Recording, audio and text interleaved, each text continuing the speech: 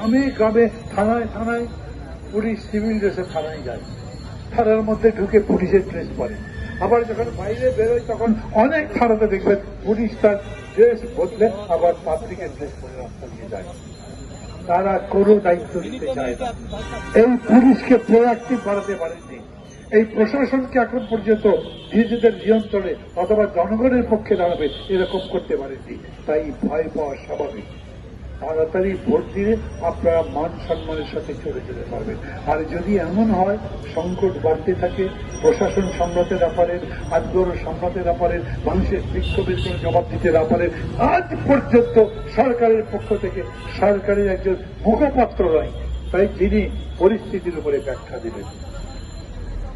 কথাবার্তা লম্বা হয়ে যাচ্ছে, কিন্তু আমি বলি আপনাদের কাছে আমাদের সবার দায়িত্ব আছে। আমি মনে করি যে আজ এই সরকার ব্যর্থ হলে সেই ব্যর্থতা আমারও হবে। আমি মনে করি আজকে যদি কোনোভাবে সরকার কোনো জায়গাতে বড় ধরনের ভুল করে সেটা আমার পকেটে যাবে না, যারা তার বিরোধিতা করে, যারা স্বৈরাচারের পক্ষে তার পকেটে যাবে। অতএব আমি চাই সরকার যত ভালোভাবে তার দায়িত্ব পালন করতে পারে।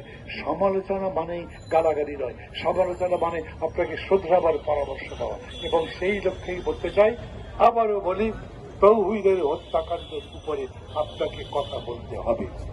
ওই পরিবারের মনতুষ্টির জন্য, তার সন্তুষ্টির জন্য, জনগণের কাছে জবাব দেওয়ার জন্য আমরা যারা আন্দোলন করছি, কালকে যে আমাদের কাউকে উঠিয়ে দিয়ে চলে যাবেন না, তারপর আমাদের শরীরে রক্তাক্ত আঘাতের চিহ্ন নিয়ে এই ঢাকায় কিংবা কোনো জায়গাতে রাস্তায় পড়ে থাকবো না। এই যতগুলো মানুষ আছে সেই গ্যারান্টি চাই, আপনাদের কাছেই চাই। নিশ্চিত মৃত্যুর, স্বাভাবিক মৃত্যুর গ্যারান্টি চাই। এই কথা বহু বছর আগে নির্মল সেন লিখেছিলেন। আজ আমি একই কথা বলি, আপনার সরকারের আমলে এই দাবি আবার তুলতে হবে, এটা প্রত্যাশা ছিল না। ভালো থাকবেন সবাই, তাদেরও ভালো চাই, সবার ভালো চাই, দেশের ভালো চাই সবার।